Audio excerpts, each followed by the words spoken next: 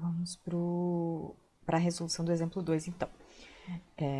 Então, aqui, ele pede quais sequências abaixo são limitadas, que são aquelas sequências que a gente viu lá no exemplo 1, né? Então, o primeiro item é a sequência onde xn é igual a 1 sobre n, né? Então, é 1, 1 meio, 1 terço, 1 quarto, 1 quinto e por aí vai, né? Então, o que a gente pode observar? Como n pertence aos números naturais, né? N pertence aos naturais, então, a gente tem que 1 sobre n é sempre positivo. Bom, então, 0 é cota inferior. Cota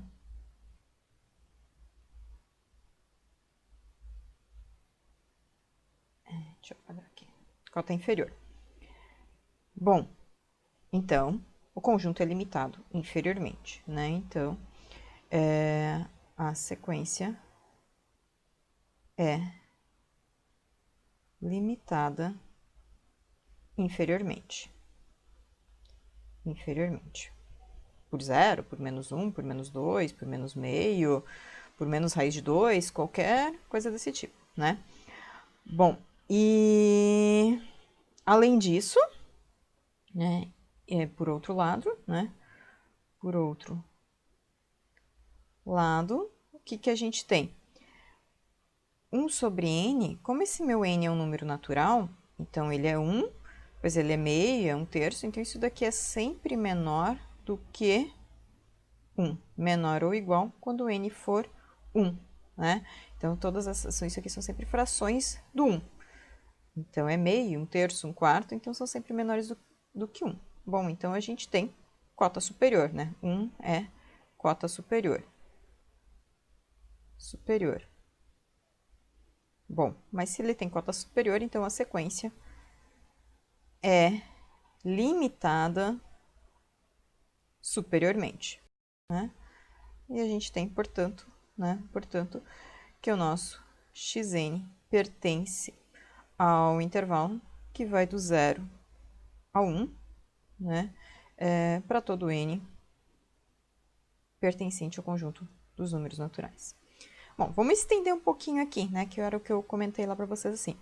Então, ele é um conjunto, né? As imagens, os elementos do conjunto de imagens dessa sequência xn é um conjunto limitado do conjunto dos números reais. Bom, se é um conjunto limitado inferiormente, ele tem ínfimo, né, pela completude do conjunto dos números reais, e ele tem supremo. Bom, a parte do supremo é mais fácil, porque o 1 é uma cota superior e 1 pertence ao conjunto, tá? Então, ele é o máximo do conjunto, né? Então, como 1 é cota superior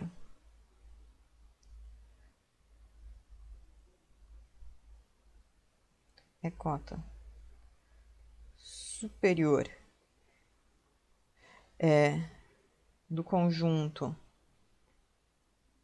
das imagens de xn, né, tal que n pertence aos naturais, e 1 pertence a esse conjunto do xn, tal que n é natural, então,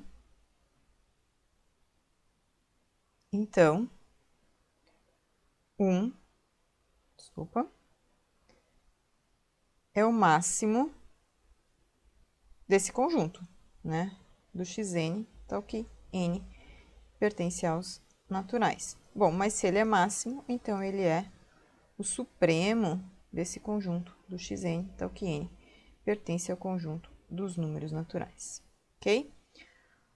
Bom, agora a gente precisa ver a outra parte, né, da cota inferior. A gente sabe que 0 é cota inferior, e intuitivamente, né, a gente tem que 0, se a gente quer falar de ínfimo, que a gente quer a maior das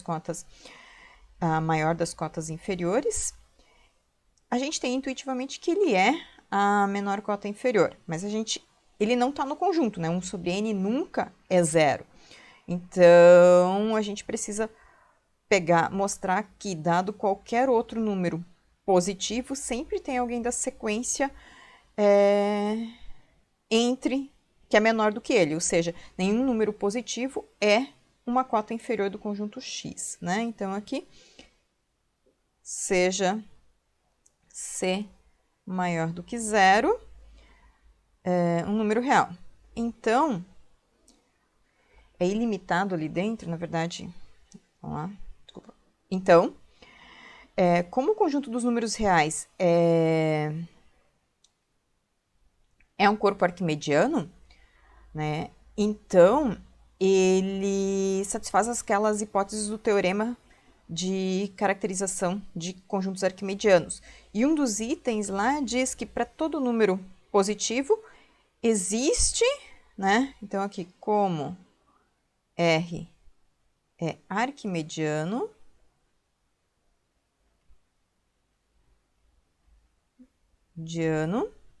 existe um N0 pertencente aos naturais, tal que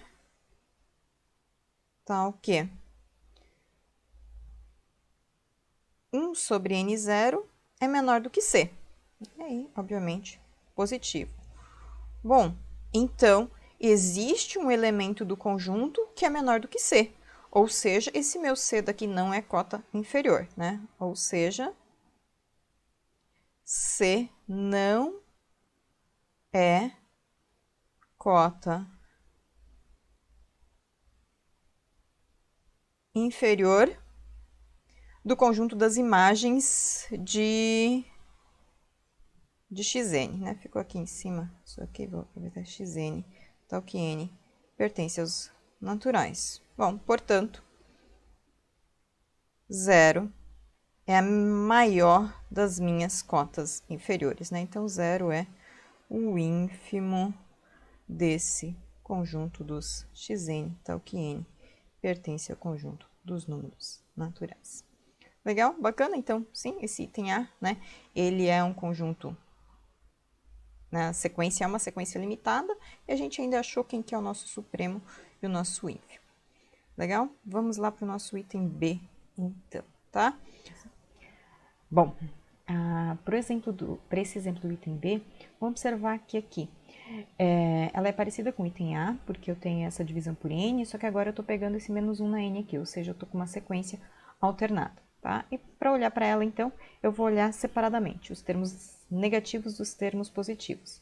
E aí, como a gente observa, né, os termos negativos aparecem sempre nas entradas em que N é ímpar, porque menos 1 elevado a um número ímpar é negativo, e se o N for par, vai dar positivo. Então, aqui, se N é ímpar, se N é ímpar, então, o menos 1 na N sobre N é igual a menos 1 sobre N. Ou seja, a gente tem os termos, né? Menos 1, menos 1/3, menos 1/5 e assim sucessivamente, né? Lógico, isso aqui não é minha sequência inteira, só estou escrevendo meus números, a parte dos números negativos, tá? E aqui, se a gente for olhar, então aqui, qual que é o menor valor que isso daqui assume? Bom, a gente sabe que essa fração daqui, né, o menor valor que ela assume é menos 1, porque depois a gente vai pegar valores maiores do que menos 1, porque a gente está dividindo menos 1 por um número inteiro, né? Então, a gente está pegando partes dele, né? Então, aqui,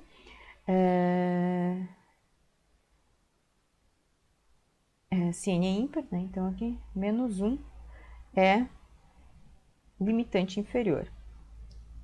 Limitante inferior. Da parte dos números, né, da parte dos índices ímpares, né? E essa fração daqui nunca é zero, né? Todos os números aqui são negativos, né? E 0 é limitante superior.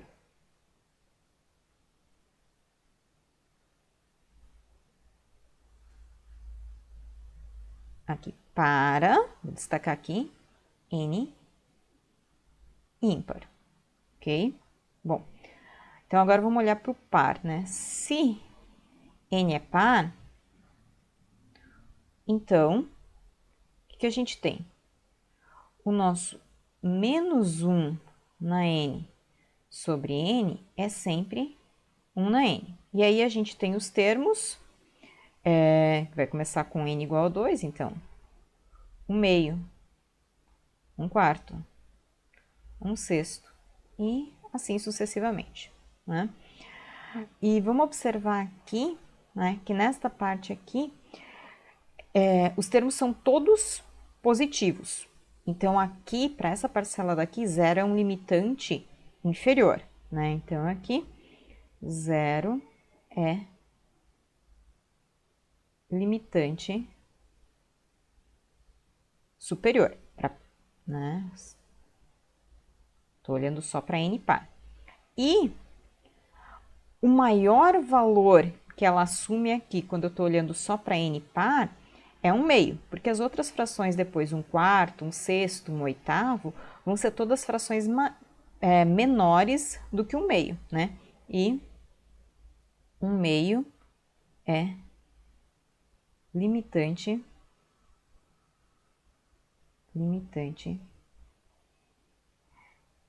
desculpa, né? Aqui, o 0 é limitante inferior e 1 meio é limitante superior, ok? Bom, então agora olhando para as duas parcelas, né, n ímpar e n par, conjuntamente, o que a gente tem? Todos os elementos para n ímpar são menores do que todos os elementos quando a gente pega n par. Então, o menor valor da sequência como um todo é o menor valor que ela assume para n ímpar, ou seja, então menos 1 é um limite inferior para a sequência a n, né? Então, agora aqui, logo, menos 1 é limitante inferior para xn, né? Agora, olhando a sequência toda. E esse 1 meio daqui, né? Vamos ver aqui. Todos os elementos da sequência, quando a gente está pegando n par, são sempre positivos. Então, eles são sempre estritamente maiores do que os elementos quando a gente está pegando a nossa sequência com com um n ímpar. Bom, então aqui, como 1 meio é o maior valor que ela tem aqui, então aqui 1 meio é limitante superior de xn, ok? E aí, só para concluir, né? Como tanto menos 1 é um elemento da sequência e meio também é um limitante da minha sequência, né? Então, o que a gente tem aqui? Então, aqui a gente tem, portanto, né? O nosso xn pertence ao intervalo que vai de menos 1 até meio, né? Então, é uma sequência limitada inferiormente e superiormente. E, como esse menos 1 está no conjunto, a gente sabe que menos 1 é o mínimo dos elementos de xn. Bom, se ele é o mínimo, ele é o ínfimo, pelo que a gente viu na aula anterior. E, do mesmo jeito, o meu meio, né, é o máximo dos xn's, porque ele é um limitante superior, ele é uma cota superior e ele está dentro do conjunto. Portanto, ele também é o supremo de xn, ok? Bom, aí agora a gente vai ver a resolução do item C. Bom, o item C é a nossa sequência constante. Raiz de 2, raiz de 2, raiz de 2. Bom, então aqui ficou fácil, né? Raiz de 2 é ao mesmo tempo o maior. A sequência, afinal de contas, é constante, né? Então, aqui, xn pertence ao intervalo que vai de raiz de 2 até raiz de 2 para todo n pertencente aos naturais. Então, ele é limitado, né? Na verdade, todas as imagens são iguais à raiz de 2, tá? Então, ele é um conjunto limitado inferiormente e superiormente. O máximo dele é a raiz de 2, o mínimo dele é a raiz de 2, então esse é um exemplo bem diferente, né? Ou bem particular, né? Então, aqui a gente tem que raiz de 2 é o mínimo do conjunto do xn, tal que n pertence aos naturais. E ele também é o máximo, né? Se ele é o mínimo e ele é o máximo, ele também é o ínfimo do xn e também é o sup dos xn. Bacana? Legal? Bom, aí depois a gente tem o exemplo D. Ficou um pouquinho por cima ali, mas né? Lembro que esse exemplo daqui a gente já teve na aula passada, né? Que a gente tinha o conjunto dos elementos que era n, 1 sobre n, né? Então, esse conjunto daqui, esse xn daqui, pela aula passada a gente viu que o menor elemento dele é 2, até tinha deixado como exercício para vocês provarem que isso daqui era uma sequência crescente, né? Então, aqui, 2 é o menor elemento e ela é ilimitada superiormente, tá? Então, aqui, e está provado no exemplo 8 da aula de completude, tá? Então, vocês voltam lá, ver exemplo 8 da aula anterior, da aula de completude. Desculpa. Completude. Bacana? E o último exemplo, né, que é essa sequência dada a princípio por uma cara um pouco mais feia, né, ou diferente, em termos de uma função trigonométrica aqui, mas que a gente já viu que as imagens são 0 e 1. Bom, se as imagens são 0 e 1, né, ela não é uma sequência constante, mas ela tem termos, né, só duas imagens. Então, aqui é fácil, né, meu xn pertence ao intervalo que vai de 0 até 1, né, porque ou ela é 0 ou ela é 1. Portanto, ela é limitada inferiormente e superiormente. O mínimo dela, né, deixa eu apagar aqui, né, a gente tem ainda aqui 0 é o mínimo desses xn, portanto, ele é o ínfimo desses xn, tá? E o 1 é o máximo, né? Ele é uma cota superior e ele está no conjunto, né? Então, ele também é o sup dessa sequência xn aqui. Bacana? Legal? Então, essa é a solução dos itens do exemplo 2. Bacana.